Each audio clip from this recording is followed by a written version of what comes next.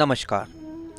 हमारे YouTube channel यशज्ञान में आप सभी लोगों का स्वागत है। जैसा कि आपने मेरी पहली वीडियो में देखा कि धर्म क्या है और दूसरी वीडियो में देखा आप लोगों ने कि धर्म के प्रकार।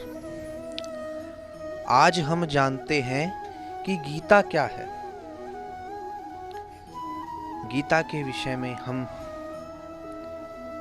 जानते हैं कि गीता आखिर है क्या। गीता में किस चीज का उल्लेख है, किस चीज का वर्णन है। तो जानते हैं हम कि गीता है क्या है। देखिए, कुरुक्षेत्र की पृष्ठभूमि में 5000 वर्ष पूर्व भगवान श्री कृष्ण ने अर्जुन को उपदेश दिया, जो श्रीमद् भागवत गीता के नाम से प्रसिद्ध हुआ।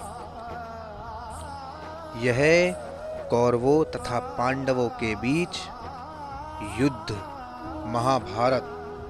महाभारत युद्ध के भीष्म पर्व का अंग है।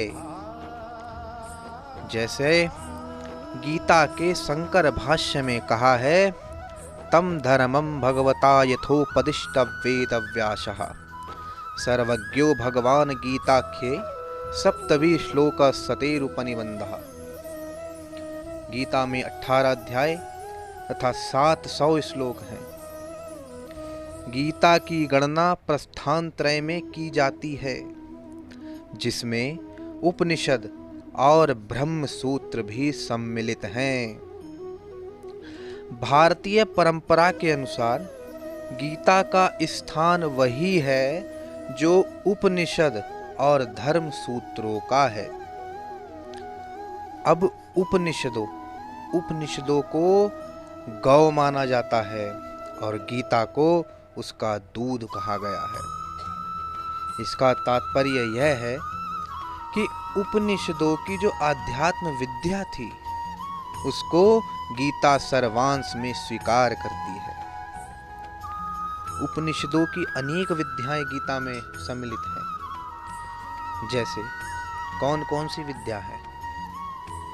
जैसे संसार के स्वरूप के संबंध में स्वत विद्या, अनादि अजन्मा ब्रह्म के विषय में अव्यय पुरुष विद्या, परा प्रकृति या जीव के विषय में अक्षर पुरुष विद्या और अपरा प्रकृति या भौतिक जगत के विषय में क्षर पुरुष विद्या। इस प्रकार वेदों के ब्रह्मवाद और उपनिषदों के आध्यात्म, इन दोनों की विशिष्ट सामग्री गीता में संविष्ट है। उसे ही पुष्पिका के शब्दों में ब्रह्म विद्या कहा गया है। आइए जानते हैं ब्रह्म विद्या से क्या आशय है। गीता में ब्रह्म विद्या का आशय निर्वित परक ज्ञान मार्ग से है। इसे सांख्यमत विद्या कहा जाता है, जिसके साथ निवृत्ति मार्गी जन और जीवन पद्धति जुड़ी हुई है। लेकिन गीता उपनिषदों के मोड़ से आगे बढ़कर उस युग की देन है जब एक नया दर्शन जन्म ले रहा था, जो गृहस्थों के प्रवृत्ति धर्म को निवृत्ति मार्ग के समक्ष और उतना ही फलदायक मानता था।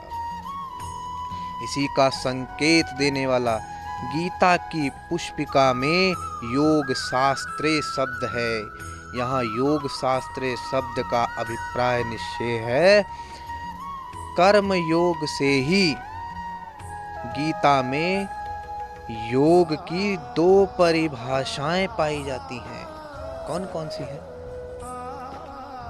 एक निवृत्ति मार्ग दृष्टि से, जिसमें समत्वं योग उच्यते कहा गया है, अर्थात गुणों के वैषम्य में साम्य भाव रखना ही योग है। सांख्य की स्थिति यही है।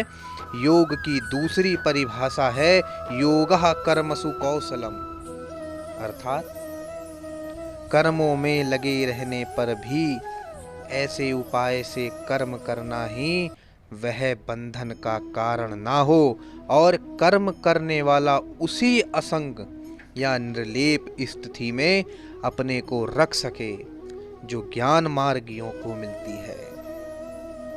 इसी युक्ति का नाम बुद्धि योग है और यही गीता का योग का सार है।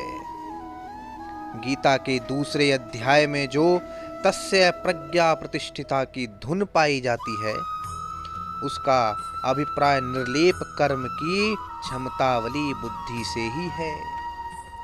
यह कर्म के संन्यास द्वारा वैराग्य प्राप्त करने की स्थिति न थी, बल्कि कर्म करते हुए पदे पदे मन को वैराग्य वाली स्थिति में डालने की युक्ति थी। यही गीता का कर्म योग है। जैसे महाभारत के अनेक स्थलों में, वैसे ही गीता में भी सांख्य निवृत्ति और कर्म के प्रवृत्ति मार्ग की व्याख्या और प्रशंसा पाई जाती है। एक ही निंदा और दूसरे की प्रशंसा गीता का अभिमत नहीं। दोनों मार्ग दो प्रकार की रुचि रखने वाले मनुष्य के लिए हितकर हो सकते हैं और है। संभवतः संसार का दूसरा कोई भी ग्रंथ कर्म के शास्त्र का प्रतिपादन इस सुंदरता, इस सूक्ष्मता और निष्पक्षता से नहीं करता। इस दृष्टि से गीता अद्भुत मानवीय शास्त्र माना गया है। इसकी दृष्टि एकांकी नहीं, सर्वांग पूर्ण है। गीता में दर्शन का प्रतिपादन करते हुए जो साहित्य का आनंद है, वह इसकी अतिरिक्त विशेषता है।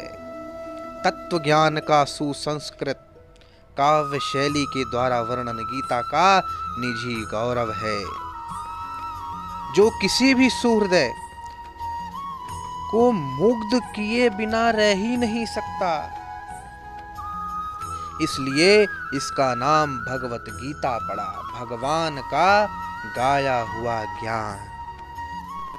अब मैं अपनी वाणी को विराम देता हूँ, और मेरी वीडियो आपको अच्छी लगे तो लाइक, सब्सक्राइब एंड शेयर कीजिएगा, और मुझसे जुड़े रहने के लिए साइड में बेल आइकन आएगा, उसको भी पॉज कर दीजिएगा।